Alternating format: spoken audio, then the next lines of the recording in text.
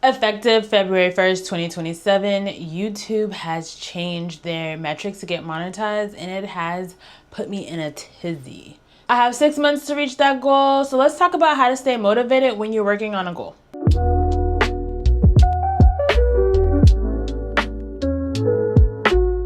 Welcome back. If you're new here, I talk all about creating a life that you love by doing more things that you love. So let's talk about it as I get ready because I'm about to head out. First up, we gotta do our skincare. I love content. It is so fun to me. I love creating and seeing the final project, but I don't want to just spend all my time here talking about creating content.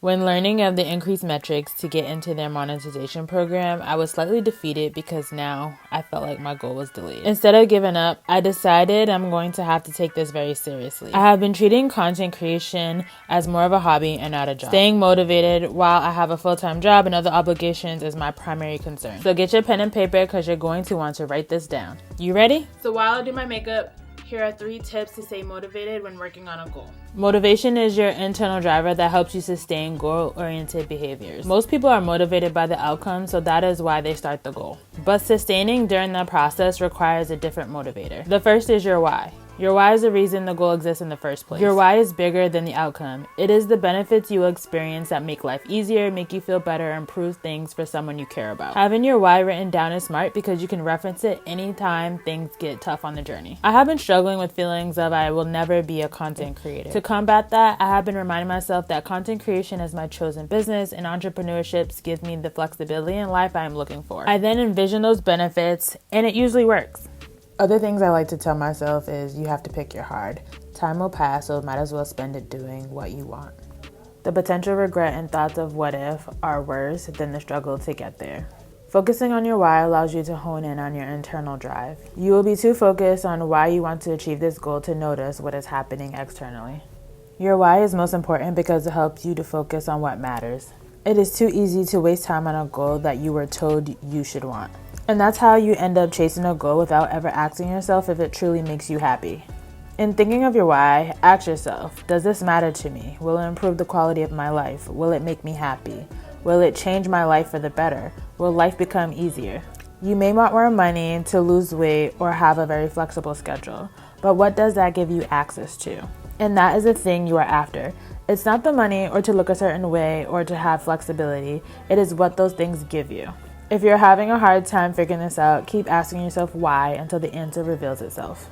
When you know what you want, your next steps become clear, and you won't forget what you're working towards. That is how creating a life you love begins, one choice at a time.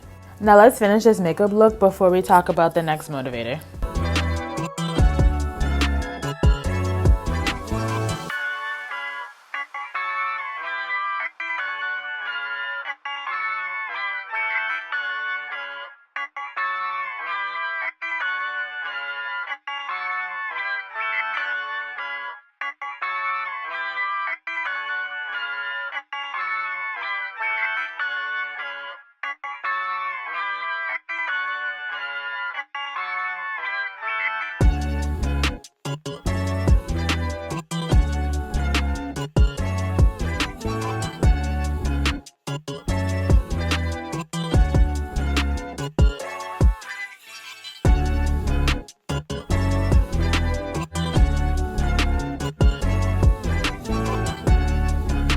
The second motivator is the love of the game. Truly loving what you do is the ultimate motivator. You find enjoyment with what you are doing that makes you want to do it even more. I would not suggest you working on any goal that you are not at least 80% passionate about. There are so many things that we have to do that are not fun, so why add on more? Like, girl, you are watching my content because you want to do more things that you love. Now, you do not have to initially love the goal process, but you have to figure out how to do it in a fun way. For me, I do not like editing. What I do love is creating and seeing the final version of a project. When I have to edit, it is another opportunity to create and to make myself proud. And I think about that while editing. I also sit in a comfy chair, grab my face snacks, and just relax. Adding in these elements help me to enjoy the process. I also do not edit in a way that would aggravate me. I usually think this is another step getting me to the goal, and it's another opportunity to live the life that I want. And that usually makes me want to do it, and I have fun doing it. Creating a life you love is all about adding things that you love and removing the things that you don't. And I get it. You have 100 things to do. There's a lot of people depending on you, but really you need to find time to add the things that you love to do. Even if it's doing something small like eating your favorite candy bar or spending 30 minutes watching your favorite TV show. That is still adding more things that you love. And if you keep adding, then your life will be full of all the things that you enjoy doing. Working on a whole bunch of goals of things that you have to do but you don't enjoy leads to a miserable life. And of course, there's things that we have to do in order to be successful and responsible adults. But tipping the scale with more things that you love and less things that you don't like is the goal here. And this is how you're going to keep your motivation high.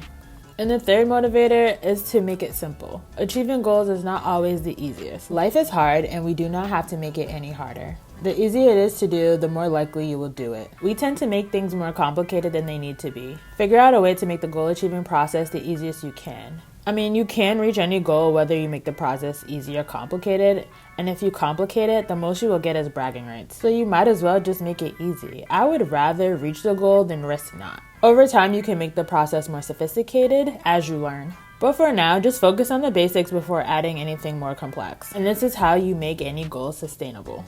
For me, I started out trying to do it all with my content. While it does work for views, it is not sustainable for the current life that I am living. It also hindered my progress greatly, so I took a step back and simplified my content creation process. When I stick to the system, I am consistent and create good content. And it really is in the boring everyday that makes the goal. So do yourself a favor and do the bare minimum until you can sustain more. Now this is the last step in me getting ready. Let me know if you want to see the final outfit.